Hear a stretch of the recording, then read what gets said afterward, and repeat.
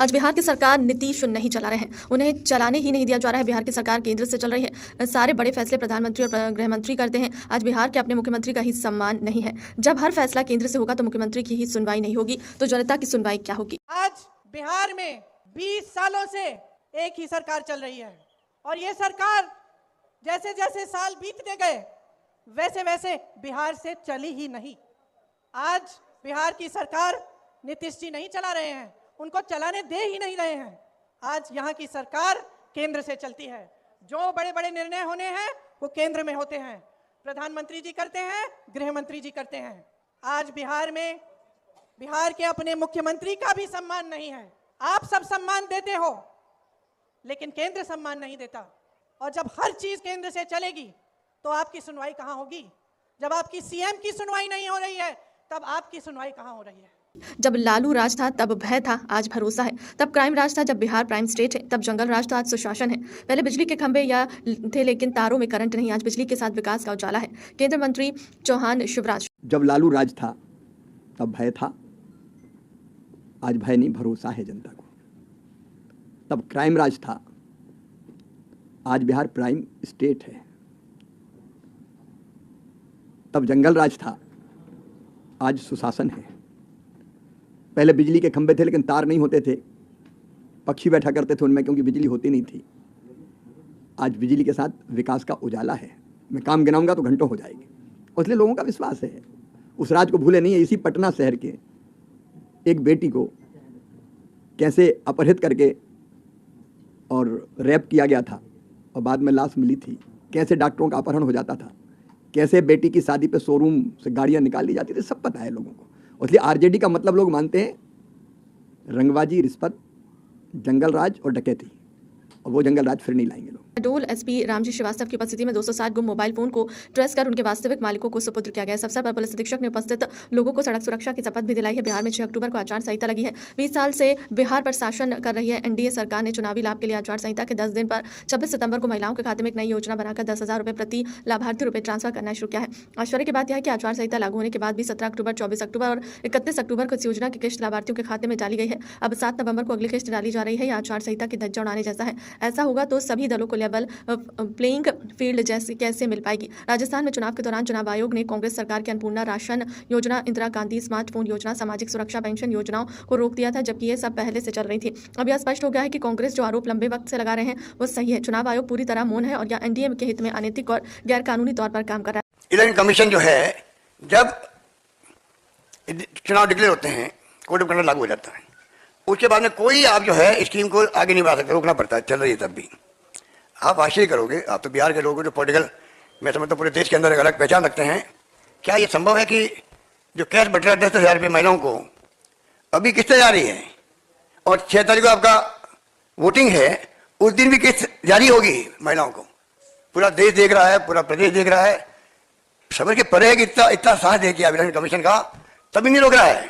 भोपाल 31 करोड़ से हुजूर विधानसभा के खजूरी जंक्शन पर बनेगा विकास 6 लेन फ्लाईओवर। विधानसभा अध्यक्ष नरेंद्र सिंह तोमर और विधायक रामेश्वर शर्मा ने किया भूमि पूजन। अभी हम लोगों ने लगातार भूमि पूजन का श्रृंखला शुरू की है। आज हमने भौरी खजूरी जो बाईपास है, इस बाईपास पर ये भूमि पूजन हमारे विधानसभा के अध्यक्ष आदरणीय नरेंद्र सिंह जी के मुखत्तिव में हमने संपन्न किया।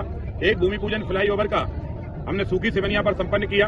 एक भूमि पूजन कोलार में 4 लाइन का हमारे पीडब्ल्यूडी मंत्री राकेश सिंह जी की मुखत्तिव में वहां संपन्न किया। अब हम हाल ही में बहुत जल्दी ही मध्य प्रदेश के मुख्यमंत्री जी के साथ एक और बड़ा और भव्य स्टेडियम के उद्घाटन की तैयारी कर रहे हैं। इसके बाद हम जो है एक नया जो दक्षिण पश्चिम बाईपास है, जिसको आगे चलकर भोपाल के रिंग रोड के रूप में जाना जाएगा, उसकी भी हमारी व्यापक तैयारी है। हुजूर विधानसभा के प्रत्येक गांव में पीने का पानी पहुंचाने की ये भी हमारी जनवरी से तैयारी शुरू है। केरवा डैम से और हलाली डैम से हुजूर विधानसभा के प्रत्येक गांव के प्रत्येक घर में माननीय नरेंद्र मोदी जी के आशीर्वाद से, डॉक्टर मोहन यादव जी की योजना से हम प्रत्येक गांव के घर में नल से जल पहुंचाने की योजना मूर्ति रूप ले रही है और उसको भी हम 2026 में शुरू करेंगे। कुल मिलाकर हुजूर के नागरिकों के, यहाँ की जनता जनार्दन ने जिस आशा और भरोसे से हमको वोट दिया है, हमारी कोशिश है मोदी जी के नेतृत्व में, डॉक्टर मोहन यादव जी के नेतृत्व में सड़क, बिजली, पानी, स्कूल, कॉलेज, अस्पताल, नौजवानों को रोजगार, हर खेत में सिंचाई की योजना बनाने की हम लगातार योजना बना रहे हैं। कुल मिलाकर राजधानी से सटा हुआ इलाका है या राजधानी की सुरक्षा चौकी का इलाका है, भोपाल के चारों तरफ घिरने वाला इलाके को हुजूर विधानसभा कहा जाता है और इसलिए राजा भोज की नगर की सुरक्षा चौकियां हुजूर विधानसभा में लगती हैं। यहाँ का कार्यकर्ता भी संघर्षशील है, मेहनतकश है और ईमानदार है। वो गरीब जनता की सेवा में 24 घंटे अपनी सेवाएं देता है। आज हमने नरेंद्र सिंह जी की, जो हमारी विधानसभा के अध्यक्ष हैं, उनकी अध्यक्षता में यहाँ पर भूमि पूजन संपन्न कराया है और इस फ्लाईओवर का काम शुरू हो गया है और 2 फ्लाईओवर हम 11 महीने के अंदर बनाकर तैयार करेंगे। एक्सीडेंटों से मुक्ति होगी और भोपाल के नागरिकों को महाकाल के दर्शन उज्जैन, ओमकारेश्वर के दर्शन करने या अहिल्याबाई के नगर इंदौर या देवास या बॉम्बे या अन्य रोडों पर जाने के लिए सुगमता से बैरागढ़ का संत हृदयराम नगर का फ्लाईओवर, उसके बाद ये फ्लाईओवर, चिंता मत करिए, जो जरूरत होगी सब करेंगे। यहाँ के नागरिकों की सुविधा देना हमारा काम है। भोपाल भाजपा प्रदेश अध्यक्ष हेमंत खंडेवाल ने कहा 7 नवंबर को वंदे मातरम गीत की 150वीं जयंती पर मध्य प्रदेश के 10 स्थानों पर होंगे बड़े आयोजन। भोपाल के शौर्य स्मारक में मुख्यमंत्री होंगे शामिल। राहुल गांधी पर निशाना साधते हुए कहा, लोकतंत्र में विश्वास हो तो चुनाव आयोग की मुहिम का स्वागत करेंगे। बंकिम चंद्र चट्टोपाध्याय द्वारा रचित वंदे मातरम, जिसने करोड़ों भारतीयों को भारत माता की सेवा के लिए प्रेरित किया, उसके 150 वर्ष हो रहे हैं। ये गीत की 150वीं जयंती पे पूरे देश भर में 150 जगह ये कार्यक्रम है। अपेक्षा की गई है कि 150 की कम से कम संख्या रहे। 7 नवंबर से 26 जनवरी तक यह कार्यक्रम लगातार चलेगा। राष्ट्रव्यापी उत्सव भी होंगे। हर जिले में, हर शैक्षणिक संस्थान में कार्यक्रम होंगे। शासकीय स्तर पे भी ये कार्यक्रम सभी दूर किए जाएंगे। भारतीय जनता पार्टी भी सभी दूर लगातार 7 नवंबर से 26 नवंबर तक ये कार्यक्रम चले। मुख्य कार्यक्रम पहला 7 नवंबर को होगा। इसमें हमने प्रदेश में, केंद्र ने अपेक्षा की है 10 स्थान पे, तो 10 स्थानों पे ये बड़ा कार्यक्रम होगा, जिसमें प्रदेश के मुख्यमंत्री मोहन यादव जी शौर्य स्मारक पे इस गीत का पूरा गायन के कार्यक्रम में भाग लेंगे। उप मुख्यमंत्री राजेंद्र शुक्ल जी रीवा में, राव उदय प्रताप जी नर्मदापुरम में, एंदल सिंह कंसाना जी मुरैना में, प्रद्युम्न सिंह जी ग्वालियर में, गोविंद सिंह राजपूत सागर में, दिलीप जायसवाल जी शहडोल में, राकेश सिंह जी जबलपुर में और कैलाश विजयवर्गीय इंदौर में और गौतम टेटवाल जी उज्जैन में। ऐसे 10 स्थानों पे कार्यक्रम में रहेंगे। इसके अलावा पार्टी के सभी प्रदेश कार्यालयों में और बाकी सभी जगह कार्यक्रम उन्हीं 10 स्थानों पे हमारी पार्टी और समाज के लोगों को लेके भी हमने तय किए हैं। 10 स्थान तो शासकीय स्तर पे तय हुए हैं। 10 स्थान भोपाल में भाजपा कार्यालय परिसर में कार्यक्रम होगा, नर्मदापुरम में मां नर्मदा तट सैतानी घाट पे होगा, मुरैना में शहीद राम प्रसाद बिस्मिल की स्मारक पे होगा, ग्वालियर में रानी लक्ष्मीबाई बलिदान स्थल पे होगा, सागर में रानी लक्ष्मीबाई स्मारक स्थल पे, रीवा में शहीद स्मारक पे किया जाएगा, शहडोल में भी शहीद स्मारक पे, जबलपुर में शहीद रघुनाथ शाह और शंकर शाह के बलिदान स्थल पे, इंदौर में देवी अहिल्याबाई स्मारक स्थल पे, उज्जैन में महाकाल लोक पर भी ये कार्यक्रम होगा, जिसमें हमारे सांसद, विधायक और जो मंत्री जा रहे हैं वे भाग लेंगे। से जैसा कार्यक्रम शासकीय स्तर पे होगा वैसा ही कार्यक्रम समाज के लोगों को लेकर 10 जगह पे होगा। उसके बाद ये कार्यक्रम लगातार 26 नवंबर तक सारी स्कूलों में, कॉलेजों में, समाज के विभिन्न स्थानों पे सभी दूर इस वंदे मातरम गीत का पूर्ण गायन करने का कार्यक्रम किया जाएगा। प्रबंध प्रतियोगिताएं, निबंध प्रतियोगिताएं और इस पे बाकी भी तरह की प्रतियोगिताएं रख के समाज को उस समय की परिस्थितियों से अवगत करा के कि इस गीत ने कैसे भारत की आज़ादी का अलग जगाया, कैसे भारत माता के लालों को एक किया, इन सब के लिए नई युवा पीढ़ी उस समय की परिस्थिति को जाने और इसलिए व्यापक पैमाने पे ये कार्यक्रम हमारी पार्टी के निर्देश पे तय किया गया है। मध्य प्रदेश में 10 स्थानों पे संभाग स्तर पे शुरुआत होगी, फिर 26 तक धीरे धीरे नीचे तक सारे कार्यक्रम होंगे। इंदौर में इमरान हाशमी गौतम की फिल्म हक पर रोक की याचिका पर इंदौर हाईकोर्ट में सुनवाई सुरक्षित रखा फैसला। 7 नवंबर को रिलीज होने वाली है फिल्म। देखिए, मुख्य तौर पर मैं आपको 4 बिंदु बताता हूँ जिन पॉइंट्स पर इसको चैलेंज करा गया था। पहला तो इस था कि जो निजता का अधिकार शाहबानो जी के पक्ष में था और जिसको राइट टू पब्लिसिटी और राइट टू प्राइवेसी कहते हैं, उसको चैलेंज करता उन्होंने कहा था कि इस फिल्म के द्वारा इन दोनों का हनन हुआ है। दूसरा उन्होंने कहा था कि जो सर्टिफिकेट दिया गया है सेंसर बोर्ड द्वारा वो गलत तरीके से दिया गया है। ये फिल्म ऐसी नहीं है कि जिसका सर्टिफिकेट इशू करा जाना चाहिए था, ऑब्जेक्शनेबल तरीके से फिल्म बनाई है। तीसरा उन्होंने कहा कि कुछ क्लिप्सेस या कुछ जो वीडियोस देखे उन्होंने फिल्म के टीजर और ट्रेलर के द्वारा, उसमें आपत्तिजनक कुछ संवाद और कुछ वीडियोस दिखाए गए हैं उन दोनों के बीच, पति पत्नी के बीच में। और चौथा उन्होंने ये कहा था कि हमारी कंसेंट नहीं ली गई, एक पुत्री के रूप में शाहबानो जी की लेडी की कंसेंट ली जानी चाहिए। तो मुख्य तौर पर इसमें हमारा जवाब ये था कि निजता का अधिकार का जहाँ तक प्रश्न है, राइट टू प्राइवेसी या पब्लिसिटी हम जो कहते हैं, ये ट्रांसफरेबल या इनहेरिटेबल राइट नहीं है। अगर किसी महिला के या पुरुष के पक्ष में राइट है, जो कि होता है, तो ये उस पुरुष और महिला के साथ खत्म हो जाता है। दुर्भाग्यपूर्ण बात ये देश के लिए भी रही कि 1992 में इस लड़ाई को जीतने के बाद शाहबानो जी इंतकाल फरमा गई, तो 1992 के बाद ये राइट उनके बच्चों पे, उनकी पुत्री पे या उनके पुत्र पे ट्रैवल होकर नहीं आता, तो ये प्ली इनकी गलत है। दूसरा हमने ये कहा था कि भाई फिल्मों में ये एक ड्रामेटाइज्ड वर्जन है जो चीज़ों को दिखाने का एक आर्टिस्टिक लाइसेंस की तरह लिया गया है। फिल्म के पहले आमतौर पे आपने हर फिल्म के पहले देखा होगा एक डिस्क्लेमर आता है, तो उस डिस्क्लेमर में हमने स्पेशली और बिल्कुल कैटेगोरिकली ये लिखा है कि ये डिस्क्लेमर ये दर्शाता है कि हमारी फिल्म जो है दो चीज़ों से इंस्पायर्ड है। पहला तो सुप्रीम कोर्ट जजमेंट से, जो कि लैंडमार्क जजमेंट है, और दूसरा एक बुक के द्वारा जो किसी ऑथर ने लिखी गई कि बानो भारत की बेटी। और फिर हमने ये कहा है कि ये एडेप्टेशन है और ड्रामेटाइज्ड वर्जन है उन दोनों चीज़ों का, जिसमें कि न सिर्फ संवाद काल्पनिक है बल्कि इस फिल्म के पात्र भी काल्पनिक हैं और बाकी सारी तथ्यात्मक रूप से प्रस्तुत की गई चीज़ें भी जो हैं वो काल्पनिक होने की श्रेणी में आती हैं। तीसरा हमने कहा कि एक्ट के तहत सिनेमेटोग्राफर जो एक्ट है, सिनेमेटोग्राफ एक्ट है, उसके तहत ये सर्टिफिकेट फिल्म को देखने के बाद बिना कोई सीन काटे, जो कि महत्वपूर्ण बात है, केंद्रीय फिल्म सेंसर बोर्ड ने दिया है। और अगर आप फिर भी सर्टिफिकेट के ग्रांट होने से व्यथित हैं तो रिट पिटिशन एक एप्रोप्रिएट रेमेडी फोरम नहीं है। आपके पास एक्ट के तहत ही सेंट्रल गवर्नमेंट को अप्रोच करने का, केंद्र सरकार के पास जाने का, उनके समक्ष इस सर्टिफिकेट को चैलेंज करने का आपके खिलाफ आपके पास एक वेन्यू ओपन है, आपको करना चाहिए।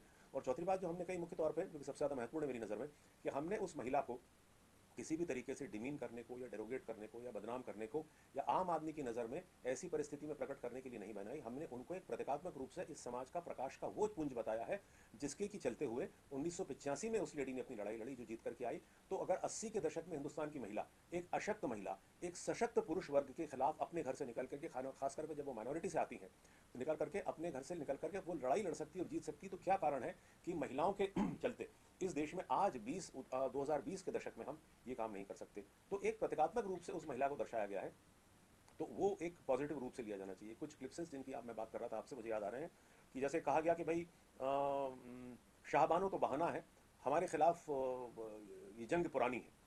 तो इसको इस तरीके से लिया गया एज इफ कि एक रेशियल कम्युनिटी, एक जंग है, क्या किसी कौम के खिलाफ या किसी कौम की लड़ाई है या किसी एक वर्ग विशेष की लड़ाई, समुदाय की, जो कि बात गलत थी। वहाँ प्रश्न ये था एक महिला और पुरुष की बात का, कि महिला जो है एक अशक्त वर्ग से आती है, 80 के दशक की हिंदुस्तानी महिला, और एक पुरुष के खिलाफ खड़ी, तो पुरुष का जो रिएक्शन था। दूसरा एक डायलॉग उसमें एक और है, कभी आपने कौम की गद्दार है ये, तो ये डायलॉग तो बोलने वाला जो है वो डेरोगेटरी बोलता है, न कि ये लेडी डेरोगेटरी होती है। तीसरा उसमें एक शॉट है फिल्म में, ये जो टीजर में आया है कि भाई वो एक रुपए टेबल पर रख करके मेहर की रकम को अदा करते हैं शाहबानो जी के पति। तो एक राहुल गांधी देश के प्रधानमंत्री नरेंद्र मोदी का विरोध करते रहे, अब देश का विरोध करने लगे हैं। सर्जिकल स्ट्राइक, एयर स्ट्राइक के बाद ऑपरेशन सिंदूर पर सवाल खड़े किए और भारतीय सेना का अपमान किया। राहुल गांधी विदेश में जाकर भारत का अपमान करते हैं और तेजस्वी मुक्तदर्शक रहते हैं। और देखो गठजोड़ किसके साथ है? राहुल गांधी के साथ। ये राहुल गांधी मोदी जी का विरोध करते करते ये देश का विरोध करने लग गया है, देश का। आप बताओ, सर्जिकल स्ट्राइक पर इसने प्रश्न खड़े किए थे कि नहीं किए थे? बोलो ना जोर से, किए थे कि नहीं किए थे? सेना का अपमान किया था कि नहीं किया था? एयर स्ट्राइक पर इन्होंने प्रश्न खड़े किए कि नहीं किए? ऑपरेशन सिंदूर पर इन्होंने सवाल उठाए थे कि नहीं उठाए थे? ऑपरेशन सिंदूर के बारे में प्रश्न खड़े किए कि नहीं किए? सेना का अपमान किया कि नहीं किया? जब भी राहुल गांधी विदेश में जाते हैं तो भारत देश के बारे में गलत बोलते हैं कि नहीं बोलते हैं? देश का अपमान करते हैं कि नहीं करते हैं? और ये तेजस्वी मूक दर्शक बनता है कि नहीं बनता है? ये गठबंधन नहीं है, ये लठबंधन है और ठगबंधन है। ये ठगने के लिए बैठे हुए हैं। बोलो, ऐसे लोगों को आगे आने दोगे क्या? आने दोगे क्या? मित्रों, इन सबको घर बैठाओ, इन सबको आराम की जरूरत है और काम के लिए राणा रणधीर सिंह जी को विधानसभा में भेजो, इसकी आप चिंता करो। जबलपुर में मुख्यमंत्री डॉक्टर मोहन यादव आज जबलपुर प्रवास के दौरान रसल चौक के समीप स्वामी नारायण मंदिर पहुंचे और जहां गुरु पूजन विधि में शामिल हुए। मुख्यमंत्री ने ब्रह्मा भगवान स्वामी नारायण के छठे आध्यात्मिक अनुगामी ब्रह्मा स्वरूप महंत स्वामी महाराज के चित्र पर पुष्प अर्पित किया और तिलक लगाया। गुरु पूजन विधि ब्रह्मा बिहारी स्वामी ने संपन्न कराई। स्वामी नारायण संस्था के वर्तमान प्रमुख और ब्रह्मा भगवान स्वामी नारायण के छठे आध्यात्मिक अनुगामी ब्रह्मा स्वरूप महंत स्वामी का जन्म इसी स्थान पर 13 सितंबर 1933 को हुआ है। आज दुनिया भर में उनके हजारों शिष्य हैं। भारत के लिए गौरव की बात है। आयोजन में शामिल हुआ नहीं देख रही है हमारा सबका सौभाग्य। स्वामीनारायण संप्रदाय नीचे कर लो ना, जन्मस्थान है और जबलपुर हो जाएगा। जबलपुर में मां नर्मदा की भी कृपा है। महंत स्वामी जी का यहाँ से जन्म लेकर के पूरे देश और दुनिया के अंदर स्वामीनारायण संप्रदाय के काम को बढ़ाना, 300 से ज़्यादा मंदिरों के निर्माण कराना और मंदिरों के निर्माण भी ऐसे स्थान पर जहाँ असंभव थे, और इसी प्रकार से 300 से ज़्यादा साधकों को दीक्षा भी उनके द्वारा दिलाई गई है। मैं परमपिता परमेश्वर महाकालेश्वर से कामना करता हूँ वो दीर्घायु हो, शतायु हो और उनके ये अच्छे काम चलते जाएं। स्वामीनारायण संप्रदाय संस्कार देने के लिए सभी प्रकार के सनातन संस्कृति के जीवन मूल्यों को लिए काम करता है और उनके इन संस्थानों से हमारा अतीत का गौरवशाली पक्ष भी दुनिया जानती है।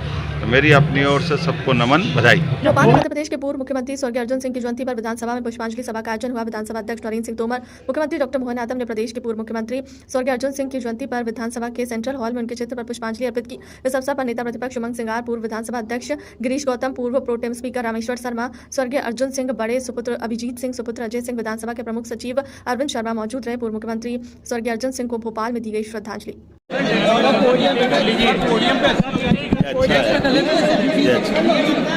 बस चुप हो जाओ जरा, थोड़ा शांति से।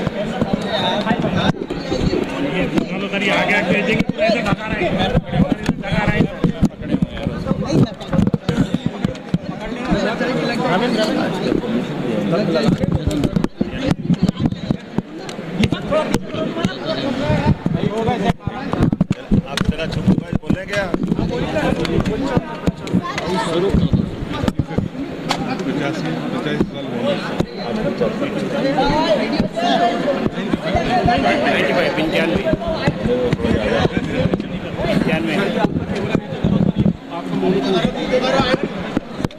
मध्य प्रदेश की राजनीति में स्वर्गीय अर्जुन सिंह जी का बड़ा अहम और महत्वपूर्ण रोल रहा है। 80 से 90 के दशक के बहुत प्रभावशाली व्यक्तित्वों में से एक, जो मध्य प्रदेश के 3 बार मुख्यमंत्री रहे, पंजाब के गवर्नर रहे, भारत सरकार के मंत्रालय में भी मानव संसाधन मंत्री के रूप में उनका बहुत अहम योगदान रहा। गरीब और पिछड़ा वर्ग के लिए सदैव उनके समर्थकों द्वारा और राज्य के द्वारा माना जाता है कि वो वंचित वर्ग की लड़ाई लड़ने में अग्रणी भूमिका निभाते रहे। मैं उज्जैन से आता हूँ, मुझे इस बात का भी स्मरण है। सांदीपनि वेद विद्या प्रतिष्ठान, जिसके माध्यम से भारत सरकार के द्वारा उज्जैन में इस संस्थान का खोला जाना और जिसके माध्यम से पूरे देश के अंदर वेद पाठी बच्चों को वेद पढ़ने के लिए प्रोत्साहित करना और वेद पढ़ाने और पढ़ने वाले विद्यार्थियों के लिए गुरुकुल, उसके सारे खर्च की व्यवस्था, और उससे आगे बढ़ कर के मानव संसाधन मंत्री या शिक्षा मंत्री कोई भी बनेगा, उसकी चेयर उज्जैन में स्थापित करके उनने एक तरह से ऑफिस की अपनी एक व्यवस्था उज्जैन के लिए स्थापित की थी। ये उनकी शिक्षा के प्रति अनुराग भी है। शिक्षा के क्षेत्र में उनने काफ़ी काम किया। मेरी अपनी ओर से उनकी 95वीं जयंती के अवसर पर पुण्य स्मरण और उनके काम को मध्य प्रदेश कभी नहीं भूलेगा। मध्य प्रदेश सरकार की ओर से हमारे माननीय अर्जुन सिंह जी के परिजन भी यहाँ मौजूद हैं, हमारे नेता प्रतिपक्ष पूर्व अजय भैया और पूरे परिवारजन भी है। हम सब ऐसी पुण्य आत्मा को स्मरण कर रहे हैं जो निश्चित रूप से बाबा महाकाल ने उनको अपने चरणों में स्थान दिया होगा। मैं ऐसी पुण्य आत्मा के प्रति पुनः विनम्र श्रद्धांजलि अर्पित करता हूँ।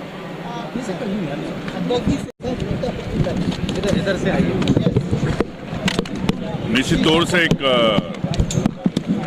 अर्जुन सिंह जी माननीय परम आदरणीय मध्य प्रदेश के इतिहास में राजनीति में उनका एक योगदान रहा। राजनीतिक सफरनामे को उन्होंने किस प्रकार से जनसेवा से जोड़ा, और मैं मानता हूं कि उनकी शिक्षा नीति के अंदर, देश की शिक्षा नीति में उनका एक बड़ा योगदान रहा। बिंद के साथ पूरा मध्य प्रदेश उन्हें एक राजनीतिक चाणक्य के रूप में भी जानता रहा। एक लाइन उनकी बड़ी मशहूर रही सरकारी महकमे में, वल्लभ भवन में, कि जब उनको जनसेवा के लिए जब कोई काम करना होता था तो नियमों में जब अधिकारी नियम उन्हें बताते थे तो नियमों को शिथिल करके तत्काल आदेश जारी किया जाए। ये आज भी एक इतिहास के पन्नों में दर्ज है कि जिन्होंने जनसेवा को लेके कभी उन्होंने नियमों को आड़े नहीं आने दिया, मुख्यमंत्री रहते। मैं उनको आज उनके जन्मतिथि के अवसर पर मैं उनके चरणों में श्रद्धांजलि अर्पित करता हूं। पूरे विधायक कांग्रेस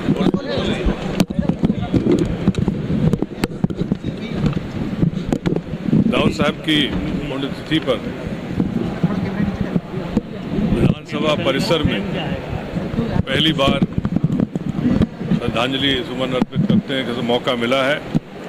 मैं आदरणीय तोमर साहब का आभारी हूँ और मुख्यमंत्री का भी आभारी हूँ जो समय निकालकर यहाँ पर उनके 95 पुण्यतिथि के अवसर पर पूर्व मुख्यमंत्री स्वर्गीय अर्जुन सिंह की जयंती पर राजधानी भोपाल के प्रदेश कांग्रेस कार्यालय और व्यापम चौराहे पर कांग्रेस कार्यकर्ता द्वारा श्रद्धांजलि सभा का आयोजन किया गया। सभा में कांग्रेस प्रदेश प्रभारी हरीश चौधरी सहित अर्जुन सिंह के सुपुत्र पूर्व नेता प्रतिपक्ष अजय सिंह शहीद सैकड़ों कार्यकर्ताओं ने उनकी प्रतिमा पर पुष्पांजलि अर्पित किया है और अर्जुन सिंह द्वारा किए गए कार्यों को याद किया। इस अवसर पर कांग्रेस प्रदेश अध्यक्ष हरीश चौधरी ने कहा कि अर्जुन सिंह सर्वहारा वर्ग के नेता थे। उन्होंने शिक्षा के माध्यम से भारत में एक नई पीढ़ी गढ़ने का काम किया है। श्रद्धा सुमन अर्पित करने के लिए कांग्रेस के और उनके शुभचिंतक लोग यहाँ पर आए हुए हैं। मैं उन सब के लोगों को बहुत बहुत आभार व्यक्त करता हूँ। हमारे महामंत्री इंचार्ज हरीश चौधरी जी भी थे और बड़े भाई साहब आए हुए हैं बेंगलोर से, और उनकी जो सपने थे उसको साकार करने के लिए हर कांग्रेस का सिपाही तत्पर रहेगा, ये आशा के साथ। अपनी पीढ़ी में जवाहरलाल नेहरू जी के तरह उन्होंने एक विचारधारा को जिया। समग्रता, सामाजिक न्याय, संस्कृति और भविष्य के निर्माण के लिए उच्च शिक्षा के माध्यम से जो अर्जुन सिंह जी का योगदान, ये दुनिया में इकलौता उदाहरण है जो आतंकवाद को बिना सेना को माध्यम से समाप्त करना, वो पंजाब में अर्जुन सिंह जी की देन। ये फहरिस्त अर्जुन सिंह जी की विचारधारा और योगदान, अगर पूरा दिन हम लोग लगा दें तो वो समाप्त नहीं हो सकता। आज हमारी पीढ़ी का आज दायित्व बनता है कि उस विचारधारा और उस पद को पर चलकर हम आगे बढ़े, जिससे समाज में सुख और समृद्धि और आपस के अंदर सामंजस्य का भाव। मैं आज उनको श्रद्धांजलि अर्पित करना चाहता हूँ और सिर्फ मध्य प्रदेश और भारत तक नहीं, दुनिया के अंदर उनके विचारधारा और उनके कार्य के हम लोग हर कोने कोने पर पहुँचाई, यही मेरा आपके माध्यम से सभी से निवेदन। सर, एसआईआर की प्रक्रिया शुरू हो गई है। बीजेपी का आरोप है कि कांग्रेस के पास पीएलए नहीं है। आज इस समय शायद